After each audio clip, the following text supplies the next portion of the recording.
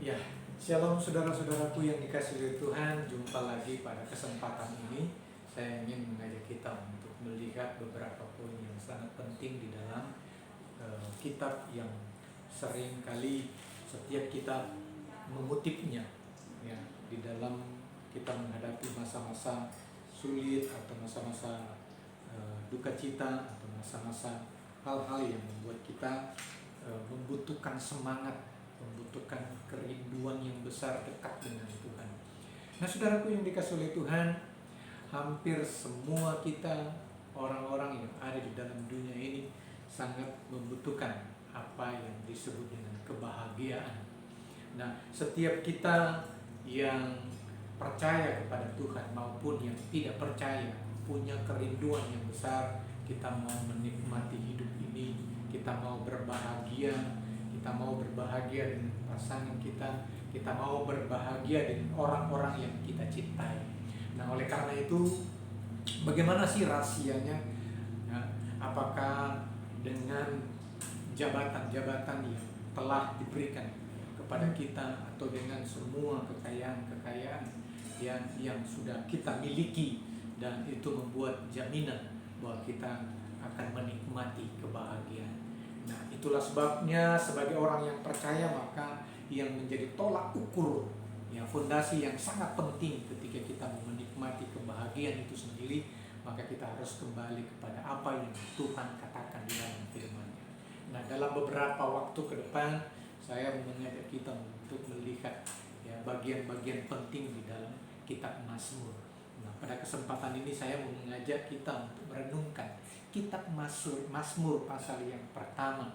Setiap kita yang hampir setiap tahun membaca kitab Mazmur, maka kita sudah memahami kitab ini, ya. Nah, ada beberapa ciri khas daripada kitab ini. Jadi kitab Mazmur merupakan kitab yang terpanjang di dalam Alkitab, ya, dari pasal yang 1 sampai dengan pasal 150, ya. Ada juga bagian-bagian yang ada di dalam Alkitabnya itu terpendek. Nah, kitab Mazmur ini juga adalah merupakan kitab, ya, nyanyian dan ibadah, ya, Ibrani, ya. Lalu kemudian kitab Mazmur juga ini adalah merupakan kitab yang mengandung begitu banyak kata haleluya atau pujilah Tuhan, ya, istilah Ibrani yang diakui secara universal di kalangan orang percaya. Baru kemudian, ya, kitab Mazmur ini juga, ya, tidak ada kitab lain di dalam Alkitab sedemikian terang-terangan mengungkapkan perasaan dan kebutuhan, ya, dalam hubungan dengan Allah dan kehidupan ini. Gitu. Jadi ini beberapa ciri daripada kitab Mazmur. Nah, saudara, kitab Mazmur ini banyak juga menceritakan tentang kasih yang agung kepada firman Allah, ya. Baru kemudian susunan sastranya yang mencakup, ya, 20 stansa, 22 stansa dengan masing-masing, ya, 8 ayat dan seterusnya.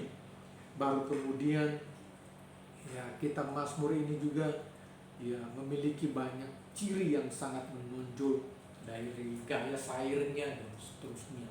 Nah, saudara-saudaraku yang dikasihi Tuhan, mari kita lihat di dalam pasal yang pertama. Nah, Lembaga Alkitab Indonesia, ya, memberikan judul, ya, Jalan Orang Benar dan Jalan Orang Fasik. Ya, ayat yang pertama, berbahagialah orang yang tidak berjalan menurut nasihat orang fasik, yang tidak berdiri di jalan orang berdosa, dan yang tidak duduk dalam kumpulan pencemooh.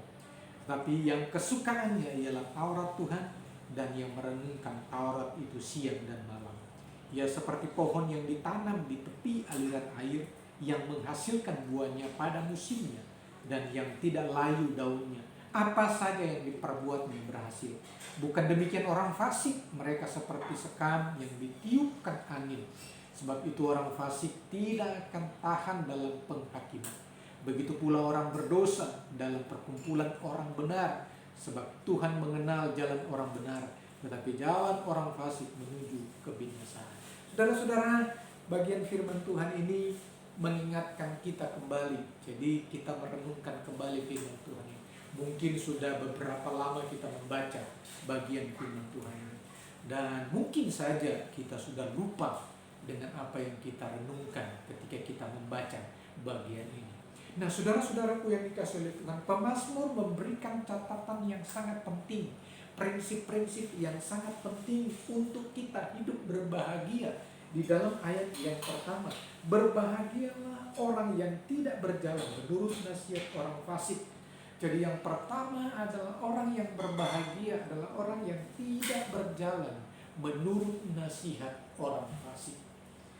Nah, saudara, yang kedua, orang yang berbahagia adalah orang yang tidak berdiri di jalan orang berdosa. Tidak berdiri, ya, bukan melakukan dosa, tapi tidak berdiri di jalan orang berdosa. Nah, saudara, artinya belum sampai kita ada di dalam perbuatan-perbuatan dosa. Nah, berdiri di jalan aja itu kita sudah tidak berbahagia. Yang ketiga adalah orang yang berbahagia adalah orang yang tidak duduk dalam kumpulan pencemooh. Nah, saudara-saudaraku yang dikasihi oleh Tuhan, di dalam Alkitab bahasa Inggris King James Version itu diterjemahkan blessed is the man, diberkatilah orang. Nah, saudara-saudaraku yang dikasihi oleh Tuhan, Spurgeon menulis, menjelaskan bahwa kadang-kadang ya orang mendefinisikan diberkatilah orang itu dengan ya berkat-berkat jasmani, ya kekayaan dan sebagainya. Tapi di dalam penjelasan ini itu lebih daripada itu. Nah, saudara-saudaraku yang dikasihi oleh Tuhan, nah itu yang pertama, ya, tidak berjalan menurut nasihat orang fasik. Ya, orang fasik sering memberi nasihat. Contoh istri Ayub dalam Ayub pasal yang kedua ayat yang ke-9. Berkatalah istrinya kepadanya, masih bertekunkah engkau dalam kesalehanmu? Kutukilah Allahmu dan matilah. Saudara-saudaraku yang dikasihi oleh Tuhan, inilah salah satu contoh nasihat orang fasik. Nah, seberapa banyak kita mendengarkan nasihat-nasihat yang sejenis ini ketika kita ada di dalam lingkungan kebersamaan? Saudara-saudaraku yang dikasihi oleh Tuhan, nah orang yang berbahagia adalah orang yang tidak menuruti nasihat orang fasik. Begitu. Secara jasmani Ayub mengalami penderitaan luar biasa. Dia tidak bahagia. Gitu. Dia butuh nasihat, tapi dia tidak menuruti nasihat orang fasik. Termasuk orang yang paling dekat sekalipun, gitu, istrinya memberikan nasihat kepadanya. Ya. Nah, saudara-saudaraku yang dikasihi oleh Tuhan, ya. Nah, di dalam Amsal pasal yang ke-12 ayat yang ke-15 mengatakan begini, jalan orang bodoh lurus dalam anggapannya sendiri, tetapi siapa mendengarkan nasihat, ia bijak. Gitu. Baru kemudian Amsal 20 ayat 12 bilang begini, jika engkau melihat orang yang menganggap dirinya bijak, harapan bagi orang bebal lebih banyak daripada orang itu. Saudara-saudaraku yang dikasihi oleh Tuhan, ini adalah prinsip yang sangat penting untuk kita mau menikmati kebahagiaan di dalam dunia ini. Yang kedua, yang tidak berdiri di jalan orang berdosa. Nah, saudara, Matthew Henry bilang begini, ia menghindari sedapat mungkin untuk berada di mana mereka berada. Ia tidak mau berhubungan atau bergaul dengan mereka ataupun memilih mereka sebagai teman-temannya. Itu yang dikatakan oleh Matthew Henry, yang mengatakan bahwa ia menghindari sedapat mungkin. Jadi saudara-saudaraku yang dikasihi oleh Tuhan, betapa penting untuk kita merasakan dan menikmati kebahagiaan dan sukacita ilahi dalam hidup kita adalah menghindari, ya, di jalan orang berdosa. Nah, itu yang kedua, saudara-saudaraku. Nah, saudara-saudaraku yang dikasihi oleh Tuhan, jadi rahasia yang kedua, hindarilah jalan orang berdosa. Saudara, yang ketiga adalah, dan orang yang berbahagia adalah orang yang tidak duduk dalam kumpulan pencemooh. Nah, saudara-saudara, ya, Spurgeon mengutip Martin Luther katakan, ya, dia katakan berkenan dengan istilah tempat duduk. Duduk di tempat duduk adalah mengajar, bertindak sebagai instruktur dan guru. Seperti dalam Matius 30, Matius 22, 23 ayat yang kedua. Ahli-ahli Taurat telah menduduki kursi Musa. Mereka duduk di tempat duduk dari wabah atau sampar yang mengisi gereja dengan pandangan-pandangan dari ahli-ahli filsafat, ya, dengan tradisi dari manusia dan dengan nasihat-nasihat dari otak mereka sendiri dan menekan hati nurani yang menyedihkan. Dan sementara itu, ya, terus menerus menyingkirkan firman Allah dengan mana jiwa diberi makan, hidup dan pelihara.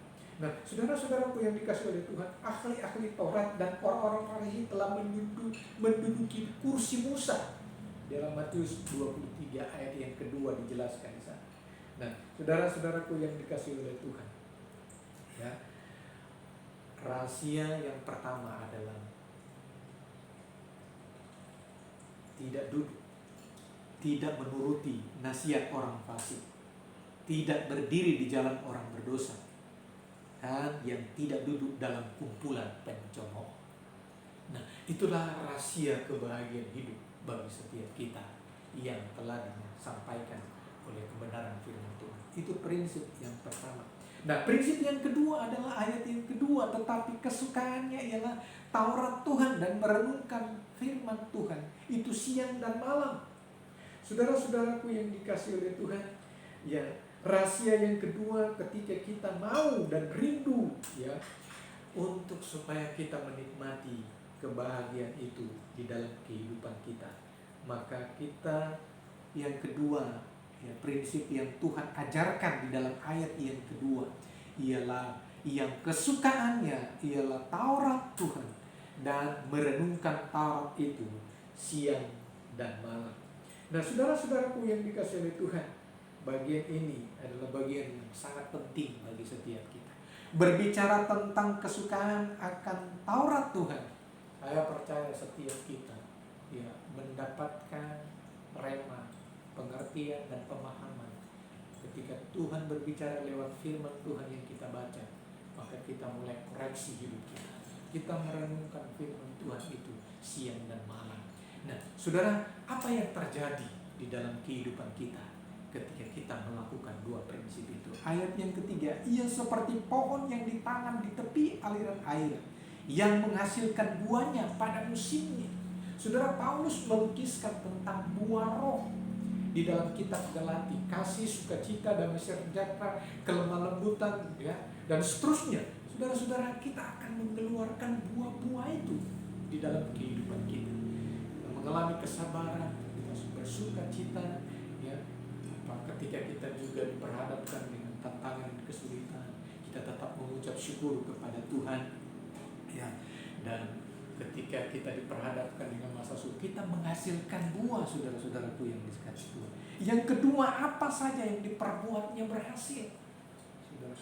Nah, saudaraku yang dikasihi oleh Tuhan, ketika kita terus dan hidup bersama-sama dengan Tuhan, kita tidak menuruti nasihat orang fasik, kita tidak berjalan di jalan orang yang berdosa, tidak duduk dalam kumpulan pencemooh, dan merenungkan firman Tuhan siang dan malam, ya, ya.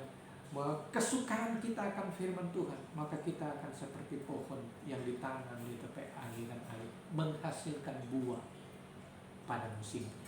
Baru kemudian kita, apa yang kita perbuat itu berhasil. Nah, saudaraku yang dikasihi oleh Tuhan, ayat yang keempat sampai dengan ayat yang kelima, Tuhan membedakan antara orang benar dan orang yang fasik, orang yang berbahagia, ya, dan orang yang tidak berbahagia. Itu bukan demikian setiap orang fasik, mereka seperti sekam yang ditiupkan. Saudara-saudaraku yang dikasihi oleh Tuhan, ya, kita melihat di sana, ya, dia tidak tahan dalam kumpulan orang benar, sebab Tuhan mengenal jalan orang benar, tetapi jalan orang fasik menuju kebinasaan. Saudara-saudaraku yang dikasihi oleh Tuhan, ketika Yesus datang ke dalam dunia, ketika Allah mengutus anaknya datang ke dalam dunia, ketika firman Allah menjadi manusia dan melakukan pekerjaan yang telah ditetapkan oleh Allah, dan ketika kita percaya kepada Dia, maka kita telah dibenarkan oleh Tuhan. Kita adalah orang-orang benar. Kita adalah orang-orang yang dikhususkan. Kita adalah orang-orang pilihan. Kita adalah orang-orang yang diangkat dari kegelapan kepada terangnya yang ajaib. Nah, saudara-saudaraku yang dikasihi oleh Tuhan, itulah sebabnya pilihan itu ada pada kita. Maka kita mau memilih untuk berbahagia atau tidak. Kalau kita mau memilih untuk berbahagia, maka kita melakukan apa yang telah dikatakan di dalam Alkitab. Khususnya di dalam kitab Mazmur, pasal yang pertama ayat 1 sampai dengan yang ke-6. Saudara-saudaraku yang dikasihi oleh Tuhan, doa saya dan saudara terus komitmen suka akan kebenaran firman Tuhan, merenungkan firman Tuhan siang dan malam, dan terus menghasilkan buah. Nah, saya juga berharap setiap kita menghasilkan buah roh, dan setiap kita juga menghasilkan buah jiwa, dan setiap kita juga menghasilkan buah pertobatan tiap hari dalam hidup kita. So, Tuhan Yesus memberkati. Sampai ketemu kembali. Haleluya.